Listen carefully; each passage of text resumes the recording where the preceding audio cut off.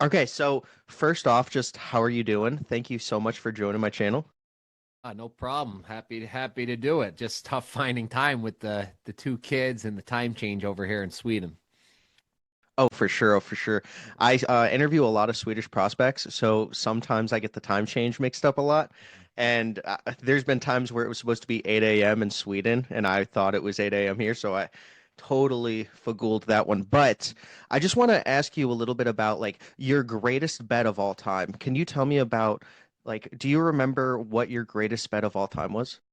It was probably pretty recently in the playoffs the other night, Toronto versus Florida.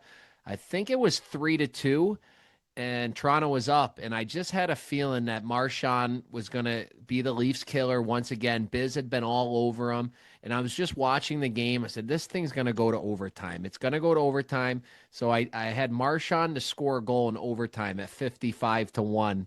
And doesn't it go to overtime? And doesn't he score the goal that? And he did. He killed the Leafs once again. That game swung the whole series, and that was a big one. Sports betting. I had a huge one in craps in Vegas a long time ago with actually a couple buddies from Sweden that were playing for the first time.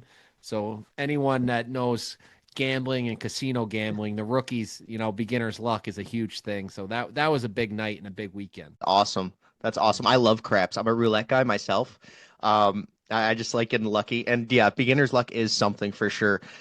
So you were talking about Biz. Can you tell me your favorite story about Biz or something that kind of shocked you when you were hanging out with him or just his story? Yeah, I mean, I played with him in Pittsburgh. We were in training camp together, and he was an 18-year-old from junior. He was a defenseman, and I was making the team, and he was kind of making the team, and nobody expected either one of us to make it, and we kind of kept going, and all of a sudden we're in all the exhibition games, and he got sent down at the very last day, but it was a huge surprise. So that's how I got to know him. Like, wow, that kid's pretty good, but he was a wild man back then, and I touched base with him here and there, but when the Chiclets thing, Whitney invited me down to do an interview with them down in Philadelphia when I was done my playing career, and I hadn't really seen them.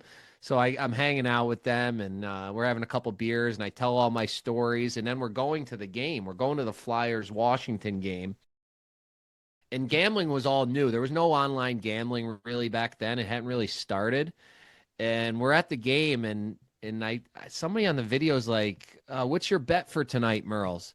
And I said, "Oh, I'm like, we couldn't decide in the car who we liked, Washington or Philly, so I decided we should all bet the draw." And Biz comes on. He's like, "This guy, I don't know what he's talking about, but he's got us all betting the draw tonight, plus 320. I don't even know what this guy's talking about, but we all did it." And Yeah. the game goes on, and next thing you know, it goes to overtime, and we all win a ton of money. And Biz was like, "What is this guy? Like, what is going on here?" And maybe 6 months to a year later, they got the Barstool got the contract with Penn. Penn bought him to do gambling. So that's how I got in with Spittin Chiclets. They needed somebody to do some gambling content, and that was in Biz's head from that night. And then Witt knew me my whole like our whole pro hockey career, so he knew I was into it, and it's worked out great. That's fate right there. Yeah. Incredible. I mean, what a great first impression you had right there. That's awesome. Yeah, it was really wild. It was no like expectations. I had just retired. It was in I think I was home for 3 months. I was waiting for my paperwork to go back to Sweden. We were having the baby in like 6 months. So I was just kind of hanging out and not expecting anything. I wasn't doing anything but having a good weekend where it's like, oh, we'll fly you down, we'll hang out, watch some hockey. I'm cool. And then it was a while later, I was coaching hockey in Rochester, just looking to maybe go into coaching as a career. I was testing it out there, and then this opportunity came up, and I've just run with it and gotten really lucky. It's a dream job. Do you think you would go into coaching? Yeah, I always imagined myself being a coach. When I was younger, my younger pro years, I never really worried about anything. I was like, oh, I'm just going to go back and be the assistant coach at RPI. I'm just going to live out my life working there. It's in my hometown. I love being there. And that was the plan all along. I never really thought about coaching in the NHL or anything like that. But I just kept playing longer and longer and longer. And I was like, all right, I'm just going to go coach college, be an assistant, and just ride into the sunset that way. But this has been a wild ride. Yeah. How has the transition being a professional hockey player going into hockey media and your platform evolving so much been like?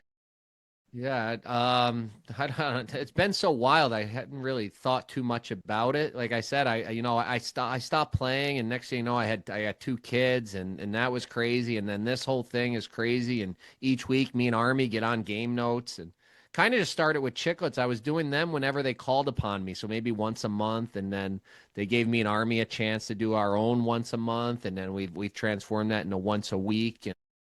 I love it. I'm paying more attention to hockey now than I ever have. When I played, you kind of didn't want to watch because you wanted to get away from it, on your Yeah. off night so you could be focused. And then as you get older, and I was playing in Europe and stuff, and you kind of I don't know, you don't resent it, but it's hard to watch sometimes because you're watching players you played with or played against. You're like, man, I was better than him. Like, how am I not there? Why am I playing Yeah. against Sweden or Russia and this guy's playing in the Stanley Cup Finals? But as you get older, you get over all of that, and now there's only a couple players left that I even played against. So it's really enjoyable. I love watching the games, and I love that it's my job. I'm like, honey, I got to watch the games. I got to know what I'm talking about tomorrow when we go on the show. So I really love it. It's like staying up late when you have a bunch of homework assignments and everyone's like, you're not going to be doing that, but you get to watch hockey for a living. That is so cool. Is there any NHL players that you played against or former teammates that want to go on the show or reach out to you and are like, hey, I need to be on game notes or something like that? Most of them have all probably been on Chiclets, and I give Army a really hard time because he's in Pittsburgh with Sydney. He gets to see him a Yeah. lot. He's on the plane, so I've been on him every episode. Like, when are you getting Sid to come on our show? Because once we got him as a guest, then everybody's gonna listen, and that will really make us pop. Some other friends of mine, I have Alex Steen. He's a GM for assistant GM for St. Louis. He's one I've been working on a lot, but he's in management now, so he's got to keep it pro. I had my best friend Tim Conley came on a couple times, and he's not really big in it. He never liked doing media stuff, but he came on for us and told his stories. So yeah, we leave Chicklets does the main like interviews. We're a little more gambling, start it like Mhm. that, and we try to cover the junior hockey and the college hockey. So I've had a lot of guests like that. Ben Barr is one of my best friends. He's head coach in Maine. So we've had him on every year. He's our guy for college hockey. So we try to do Chicklets, but in a different way. And that's one way we do it is get college and junior guys as more as guests instead of like the NHL guys that Chicklets always has. Yeah, I totally get that. So when Kobe Armstrong is on the panel with Biz up there and you're watching the games live, are you texting him during the breaks and chirping him? Yeah, we have our group chat going all the time, and it's awesome when you get to watch them up there, and we're chatting stuff, and we're trying to almost help them. Is like if we can say something we saw, they'll use it, and Biz is the best. He loves shouting us out when it is something we've done or our terms or our what we said and stuff, and it's an amazing team. Yeah, it's like it really is a dream job. Like my wife, like when we go on these trips, I'm like, oh, it's a work trip. She's like, that's not a work trip. You're with your buddies. So you guys are all Yeah. out. You're out for dinner. You're having drinks, like watching hockey. So it's really nice to work with like really good people and buddies. These are teammates, old teammates. So it's really fun. Yeah, when I'm watching just your channel or the panel with Biz, Biz is just such a icon now. I mean, he's really helped out media in the NHL for sure because I feel like it was a little far behind, and then you had someone like Biz that has kind of brought new people in, especially with linking in Pat McAfee and their show, as well as a lot of their people when he goes on there. But do you ever like try to talk to people like Pat McAfee and other channels or, collab with bigger NFL or NBA collaborators? I know Shaq Hyman with the Oilers with Biz is always there. So is there like multi-sport collaborations that you guys are always doing? Haven't really thought about that. We try to stay. I try to stay in my lane. I got a nice little thing going here, Yeah. so I leave that to Biz and Wit and the big boys to do that. We kind of just stay in our little lane here. We're happy where we are, but yeah, we'd be open to anybody coming on ours and helping us out. And Biz is great at that. He's always mentioning game notes for us. He's always coming on. He was on today. Just he gives us a big spike, and it's we're part of it's part of their brand. It's all under the same umbrella. It's all under the Barstool umbrella. So we all try to help each other out. Like when we first started, Big Cat would came on our show a couple times to give it a boost, and I'll go on this Pick Central Barstool show and do picks, and everybody tries to help everybody. You saw just came out yesterday, Foreplay and Spittin Chiclets did a golf match together. So it's everybody helping everybody, and it's always more fun that way to help each other. Have you ever been starstruck with some of the guests that you have on or met when you're golfing? Oh, there's been a few where I was like, man, I I grew up loving that guy, but I was really lucky when I played. I played with Mario right away my rookie year, and then I was coached by Gretzky later on.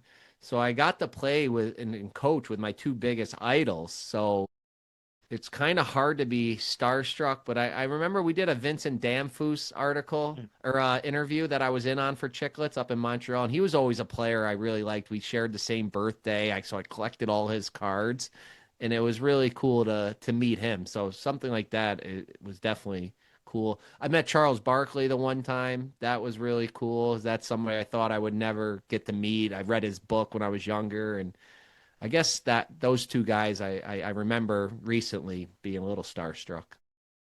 Charles Barkley is awesome. I went to the Yeah. All-Star game and um, my we were invited somehow to like Bill Russell's 80th birthday party, and we were sitting next to Shaquille O'Neal's mom, but we didn't know who it was, and she was like, "Oh, who's your?" Or t talking to my mom, and she was like, "Who's your son?" It's like him, and my mom asked who her son was, and she was like, "It's the guy talking over there," and it was just Shaq and Charles Barkley. So I got to say hi to them. They're awesome guys. But Yeah. you were talking about Wayne Gretzky. Is there any funny stories surrounding Wayne Gretzky that you have, or just a memorable moment?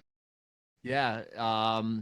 Really the only memory, I mean, I got no, I got two good ones. When we played, only played 3 games for Arizona with him. And the first game was in Colorado. I got an assist in the first period. I was just on the fourth line. I was called up, but I got an assist. So one of the power plays later on, he's like, Maddie, go. Maddie, go. Nobody calls me Maddie. Like I'm Murls or, Yeah. Murley. And there's a guy, Matthias Tarnstrom, standing next to me. Matthias Tarnquist, that's been on in Arizona all year long. So I assume he's calling him Maddie. I'm like, you wouldn't call me Maddie. Maddie, go, go, go for the power play. I'm like, it's not me. Finally, like gives me like a little kick in the butt. It's me. I'm like, oh shit, I gotta go. So I jump over the boards for the power play, go stand in front of the net, of course didn't get anything done. That was one. And then I think it was my last game was in Arizona against Columbus.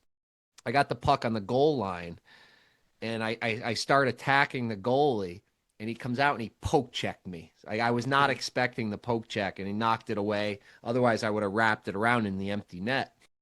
So it was a TV timeout right after that. And we go to the bench and Wayne's like, Matt, why didn't you just flip it up and go over the stick and then tuck it in? I'm like, I'm not you, Wayne. Yeah.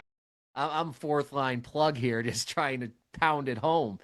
So those are two funny moments, but he was really nice to me. I've got to see him a couple of times now on these Chicklets trips and the finals and stuff. And his memory, he remembers almost every I don't know why he remembers me, but he always does. So he's really Yeah. cool. So you were talking about Arizona. Did you ever get to play, or was Coach Petey the video coordinator there still, or video coach? I'm not. I don't even know. It was so long ago. Steve I don't even know if Peters. they had video coaches back Yeah. then. Yeah. I He think it might came have been onto my before channel then. yesterday. He Okay. he was awesome. Like Hmm. 20 years experience plus, but he just talked my ear off. And then we were talking about Connor Bedard. So can you tell me a little bit about what you see in Connor Bedard? I'm a Blackhawks also creator too. So can you tell me about like do you think that there's this debate about Celebrini versus Connor Bedard? Can I get your opinion on this? Yeah, that's different. I got to meet Connor. I did a little Murls minute with him before the awards and the draft that weekend in Nashville. He's a small guy. Like these young kids are so small compared to what we were used to playing against because the rules changes and everything. Nice kid, polite kid. I think he has a lot to change in his game if they want to like win.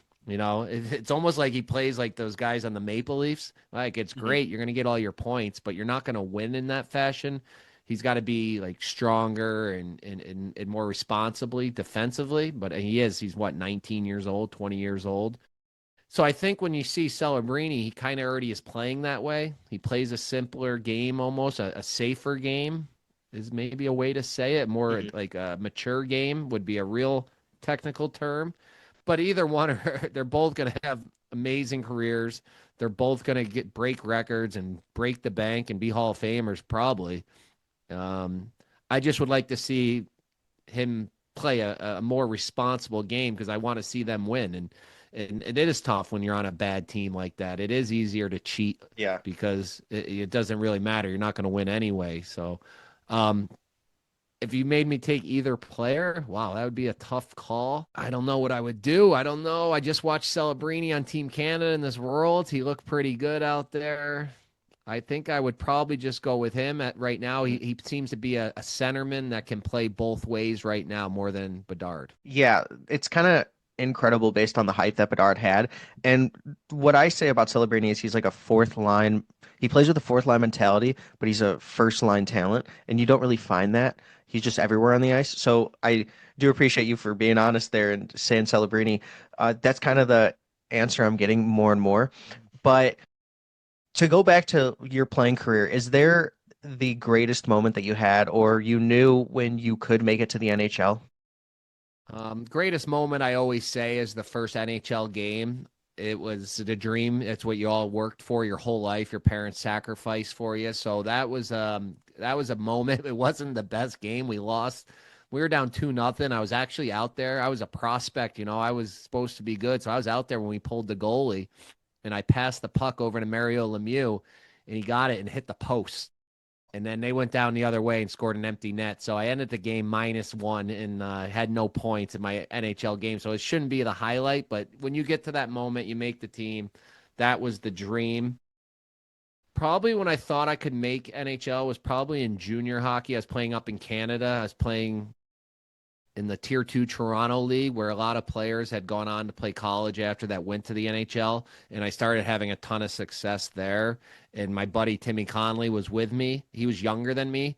And he was getting all this OHL interest to be the first overall pick and all this stuff. And we're like, whoa, holy cow, this is like getting real. Seeing that in that league when we're 16, I was 16. He, my buddy's going to could be the number one pick if he wants in the OHL. And then I'm getting all these scholarships. Then I realized like this there's a chance.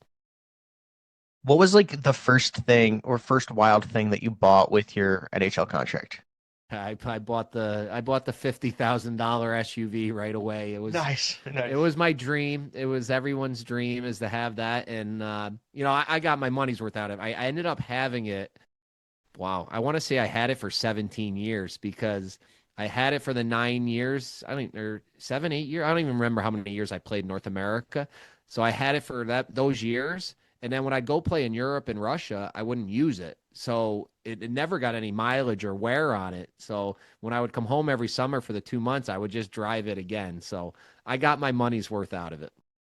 Yeah, you said international, you didn't use it. Were you did you use another car or was it just like taxis and biking everywhere or No, yeah, driver? all right. Well, the first year in Russia was we call them gypsy taxis. So in Russia, where we were playing, you just go out and basically hitchhike. You put your hand out, and the cars come by, and if they're going your direction, you negotiate a little price with them in broken English and Russian, and they'll drive you and drop you off. So that was Russia.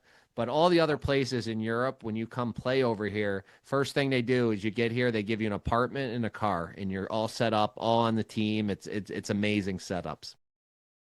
What's the difference between Russia and Sweden to the United States living there? Russia was a lot different. Just Our apartment wasn't nice. Like I said, we didn't like the traveling around. The food was brutal. There's not a lot of flavor to that kind of stuff. The people were always nice to me. I had no problems. I loved living over there. If I had kids there, I wouldn't feel probably too safe, like trying to talk with doctors and stuff like that and going to hospitals. It's just so hard with the language barrier. I wouldn't want to do that, but I never had any problems. I loved it over there. I was always willing to go back and play there. Sweden is amazing. It's very similar to the U.S. It's probably cleaner and safer. The food's definitely healthier. The people are healthier. They're outside. You're just always outside here. There's people always doing stuff. If you're in school, the kids will go out and play no matter what. It doesn't matter if it's raining, if it's minus 25, the kids are out playing. It's nice here. In Sweden, a lot of people speak great English. They learn at a young age. So as an American, that's nice for me. It's easier to play here. Where in Russia, we had to have a translator with us. Where in Sweden, I can kind of get around on my own and I can find a lot of really good food here. What's your favorite food in Sweden? My favorite like Swedish dish would probably be it's called korv stroganoff.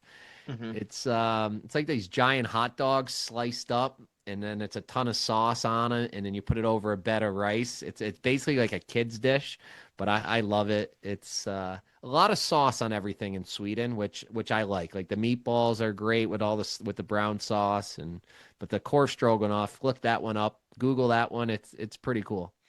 You were doing a video yesterday for your DraftKings partner just based on one of your betting, and you had this wrap in your hand, and I was going to ask you about it because it just looked so good, and that's why I asked about the food. It's probably a lot healthier than the United States, but can you tell me the biggest chirp from Biz that he's ever said to you? Um, he's been on me this year because I called his LA Kings frauds because Yeah. I had my Vegas future and I just wanted them to win so bad. So he was on me pretty hard about that. He's still going on me. I saw him last episode even working me again, like, oh, tell Murls about that. So he's not really like the chirping type. He's such a nice guy. He's the nicest guy to everybody. He's not really a chirper. So that's probably the hardest he's ever been on me is when I called his LA Kings frauds. And you were talking about the Leafs and how Connor Bedard plays a little bit like the Leafs. And there's like talk that Marner might be leaving and potentially going to the Blackhawks. Do you think that would be the right move for both parties, for the Leafs and Marner, as well as do you think Marner would be a good fit for the Blackhawks? Yeah, I think it's time for Marner to leave there. It's just obviously it's not working for anybody. It's working in the regular season. I mean it does work like for that if you're trying to just have a good season, which a lot of teams would want. Like wouldn't the Buffalo Sabres give anything to have a winning season and make the Yeah. playoffs every year? It's just frustrating when it's the same thing, I guess, losing in the first round and the same things I said about Bedard, where sometimes he doesn't back check, sometimes he makes that high risk play that doesn't work. You watch the Florida Panthers. Nobody's making those kind of plays. Nobody's making soft hope plays. So I don't think you should have Marner and Bedard both making those kind of plays. You're going to end up really exactly like the Leafs. Yeah, it would be tough in the playoffs. And speaking of the playoffs, who do you think is going to the Stanley Cup, as well as who's your Stanley Cup winner now? Yeah, Florida's obviously going. The other series is tough. Dallas is going to be tough. I picked Edmonton. I don't. I bet against. I had Vegas, so I was against Edmonton last series. I never will go against McDavid again. He's just too dangerous out there at all times. So I'm going to stick with Florida and Edmonton, and Florida is going to win it again. They're too deep. They're too tough. They don't. And if they do give up a scoring chance, Bobrovsky's there. He's just this guy's. He might be the best goalie now. So they have the best team, the best goalie, best coach. So if Florida's going to, I think, repeat, I don't see how they don't. What is one thing from a former NHL player that fans like probably don't know? I don't know about an NHL player. I don't know. We're doing all the same things you guys are doing. We're having beers after the game. Yeah. We're waking up and we're stressing about other things. We're stressing about not scoring. We're stressing about not winning, and stressing about not being in shape. It's all the same stuff. Was there somebody that you knew that had the weirdest pregame ritual, or was your ritual pretty weird before games? I was pretty normal. I was very superstitious, so I did everything the exact same almost every day. Unless I was in a scoring streak, I'd try to change something up, but that's like every player. I roommate with Crosby, and most guys I always had as roommates would sleep from 1 to 3 or 2 to 4 was the pregame nap. He would only do like 45 minutes or an hour real early, maybe 12:30 to 1:30. Then he was up getting food and then just coming back and rest, like relaxing. He only slept a little bit. I guess I should have probably followed him with that, but Yeah. that was a strange one with the maybe the greatest player of all time. Can you tell me a little bit about Sidney Crosby and like just a story that you have of him? I mean, that's such a cool once in a lifetime experience to be, live with him. So can you tell me a little bit about him? Yeah, he's just the best guy. He really is. And I was only with him for 4 or 5 months before I got hurt, but I'm still in touch with him after all these years. I remember maybe 4 or 5 years after we played, our friend Ryan Malone, our teammate, was getting married, and he texted me out of nowhere. He's like, "Are we gonna be roomies for the wedding, like the old days?" And I'm like, "Well, yeah, sure. I'm playing in like Switzerland or something." Like, yeah, I got a chance to room with Sidney Crosby. Like again, cool. So we did that, and he took care of everything. And I was still in contact with him. I texted him before he got over to Stockholm. I was hoping to get down there for a game, but now they lost. I was planning on going to the semifinals and finals, but they lost.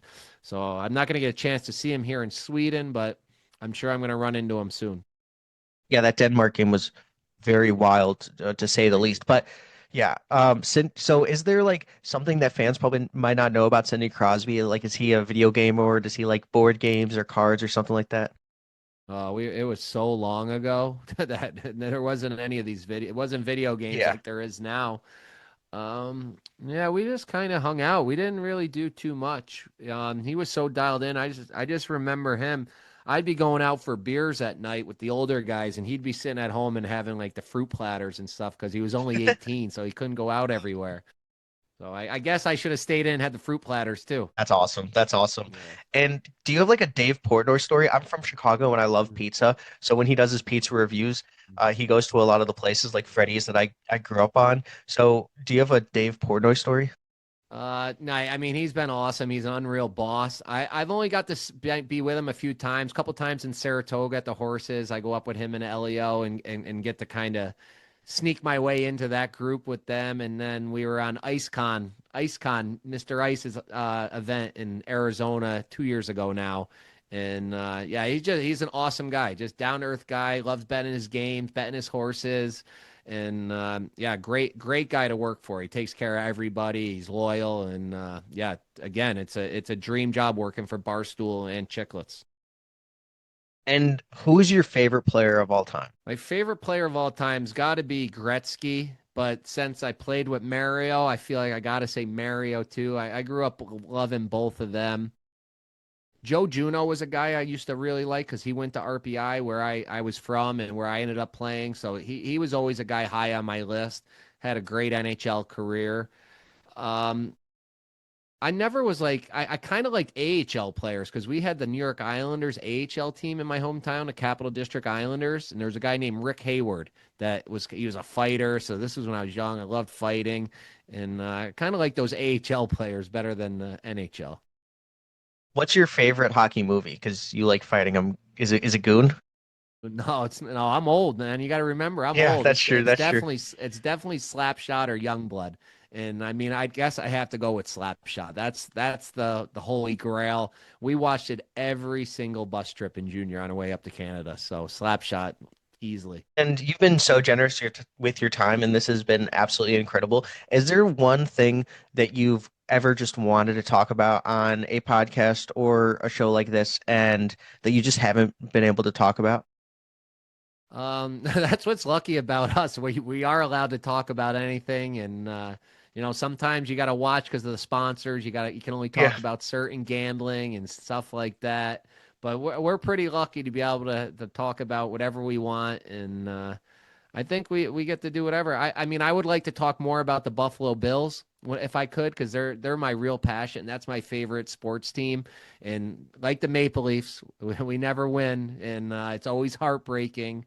So I wish I could talk more Buffalo Bills, just because when their season's on, I am fully engaged in their games. Yeah, I'm a huge football guy. I used to know more about the NFL than the NHL up until probably 2023. Like when the Bills signed Von Miller for that 6 by 120, I thought they were gonna be a dynasty. I mean, they still have Josh Allen, and he's also like he's very really great. But I'm a huge Bears fan, so I love that you love football. Is there one moment like at a stadium or when you were playing that you realized that you loved watching football? Like, what is sorry, I'm gonna rephrase this. The Stanley Cup playoffs is usually regarded as the greatest playoffs in sports. But what is the difference between like a one game uh, NFL playoffs versus the NHL playoffs?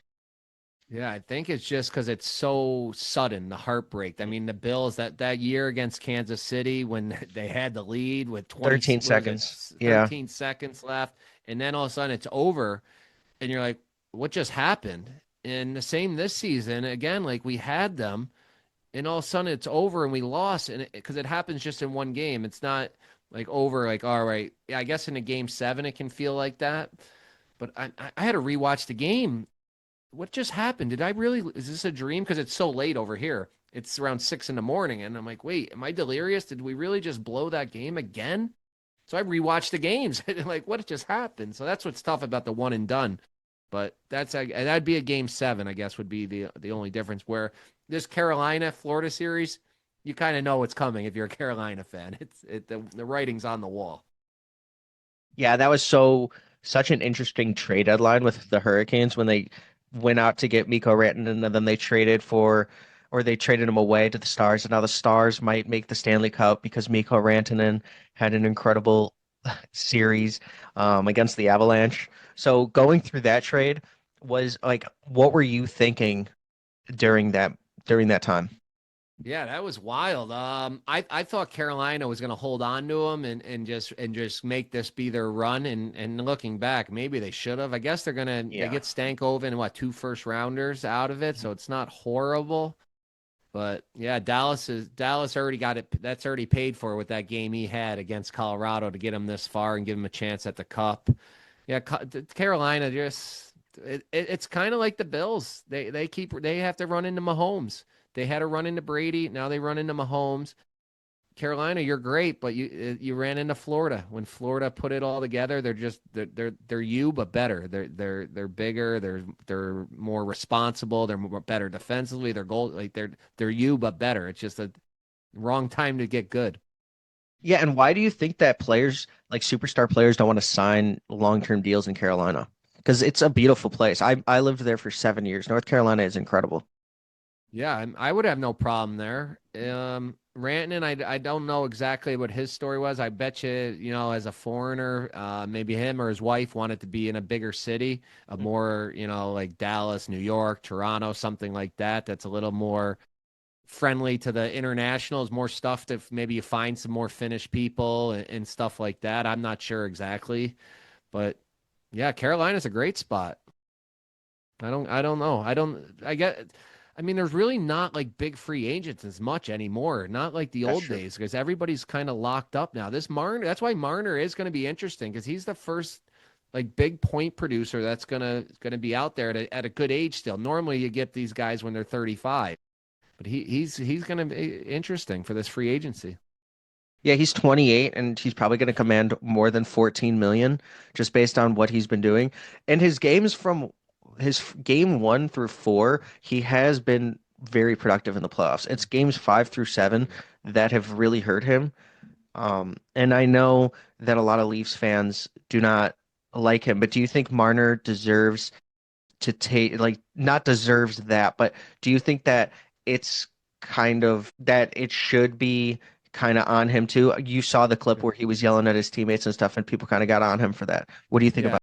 Yeah, it's definitely on him because a couple of those plays he turned the puck over and he didn't back check. So that's number one as like a coach looking at it. But you want all that money. The way I look at it, like you want that 11 million, then you take all this criticism.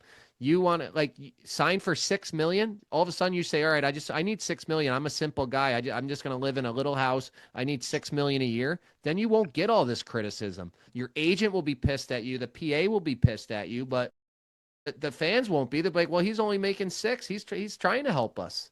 It's not his fault. It's the other guys making 11 and 14 because we can't sign more guys. So if you don't want that criticism, then play for 5 or 6 million so they can get 2 more players instead of having just one of you. So it's part of the business. I mean, as a person, as like, I feel bad for the guy, but back check or take less money.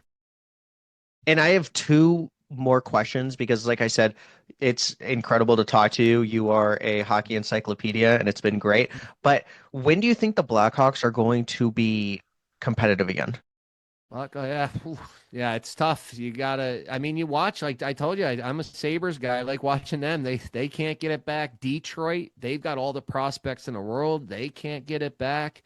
It's tough to rebuild. They stripped it right down and are going to have to rebuild. I don't think you see them in the playoffs for at least 3 years. And lastly, are you up to date on the NHL draft? Matthew Schaefer, the number one pick with the Islanders, or are you up to date with that? I'm not. We try to follow it during the season. Once the playoffs like die down here, once we start getting into only one game a night, we got to think about. We'll start diving in more to that. Try to get ready for the draft. I still believe Hagens is going to go. I think the Mhm. Islanders. I think they got to take the local kid. I mean, you're trying to redo things. I think you got to take the local kid. Up until 4 months ago, he's been the number one for 5 years. And so if you got a chance to take a local kid, I think you do it. But on the other side, just today, Matthew Darsh got named GM, brand new GM. He's been assistant down in Tampa. Does he go and like kind of go? It's not off the board, but everyone's telling you to take Schaefer. Does Mhm. he go off the board or does he do the safe pick? I don't know. It's going to be fun. It's going to be interesting. Misa's a big prospect. I actually coached 07s that year. I did coach in Rochester, but it was COVID, so we weren't Mhm. allowed to go up to Canada to play. But we all knew about this Misa back then. He was the big prospect since then too.